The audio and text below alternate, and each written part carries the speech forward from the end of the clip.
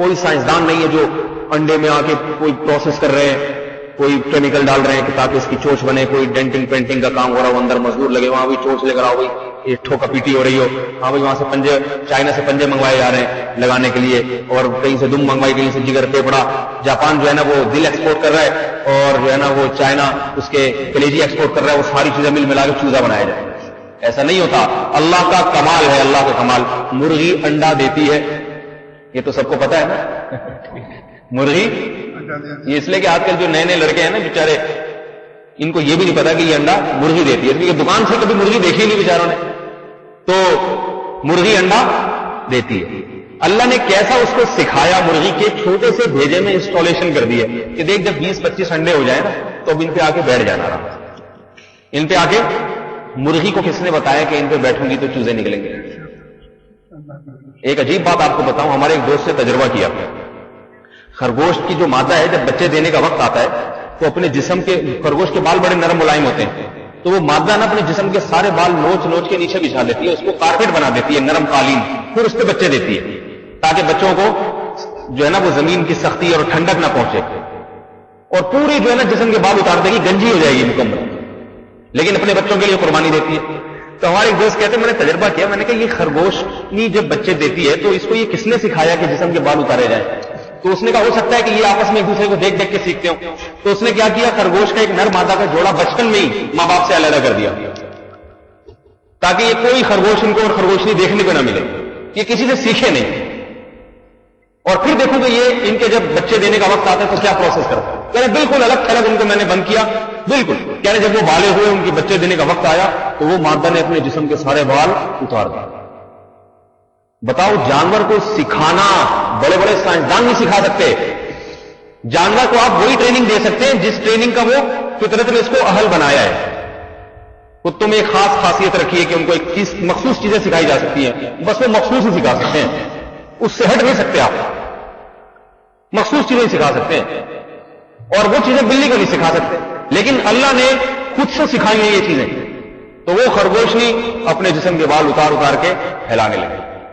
تو مرغی کو دیکھو میرے بھائی، مرغی نے کبھی کسی دوسری مرغی کو نہ دیکھا ہو نا انڈے پہ بیٹھے ہوئے، پھر بھی جب پہلی دفعہ بھی انڈے دے گی، 20 15 20 جو بھی انڈے دینے کے بعد اسے خیال آئے گا میں ان پہ آ کے بیٹھ جاؤں. کچھ بھی نہیں کرتی، بیٹھتی ہے اور بھنا کر نخرے میں منہ بنا کے بیٹھی ہوئی ہوں. ابھی میں اعتکاف میں بیٹھی ہوں، کوئی قریب نہ آئے. کس نے، یہ کمال نہیں تو اور کیا بھائی، یہ کمال نہیں تو اور کیا. اتنے سے دماغ کو کیا کیا سکھا دیا اس نے.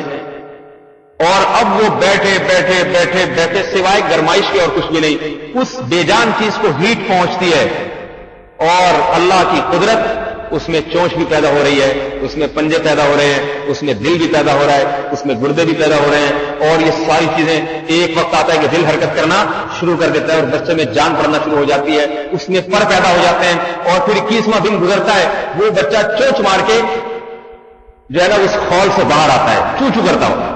اور پہلے دن سے اسے پتا ہے میرا دوست کون ہے، دشمن کون ہے. پہلے دن سے دانا چگنا شروع کر دیتا ہے، اسے پتا ہے یہ چیز کھانے کی ہے، یہ اس چیز سے پرہیز ہے. اپنی ماں کو دیکھیں گے خوش ہو جائیں گے، اور جیسے بلی نظر آئے گی ایک دم گھبرا کے بھاگنا شروع کر دیں گے. ان کو کس نے بتایا یہ بلی تجھے کھا لے گی؟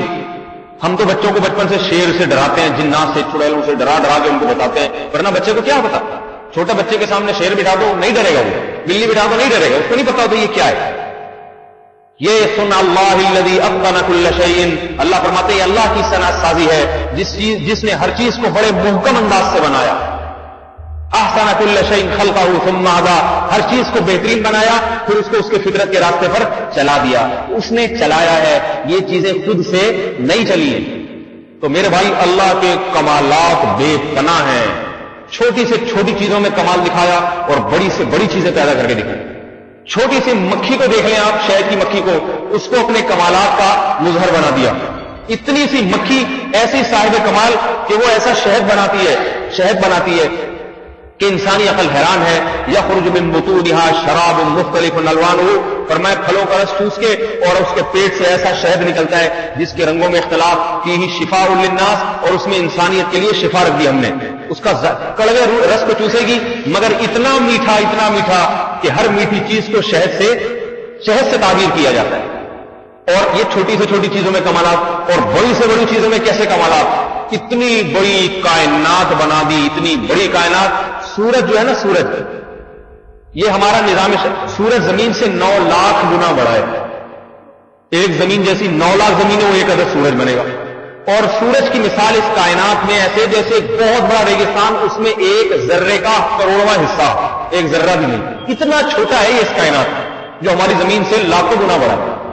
اور پھر سورج اپنے 9 ستاروں کو لے کر ایک کہکشاں کا ایک حصہ ہے.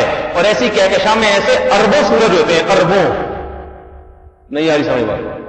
کروڑوں نہیں، اربوں سورج. اربوں، کتنے بڑے بڑے اور کتنی بڑی کہکشاں ہوگی. اور ایسی اربوں کہکشائیں صرف پہلے آسمان میں دریافت ہو چکی.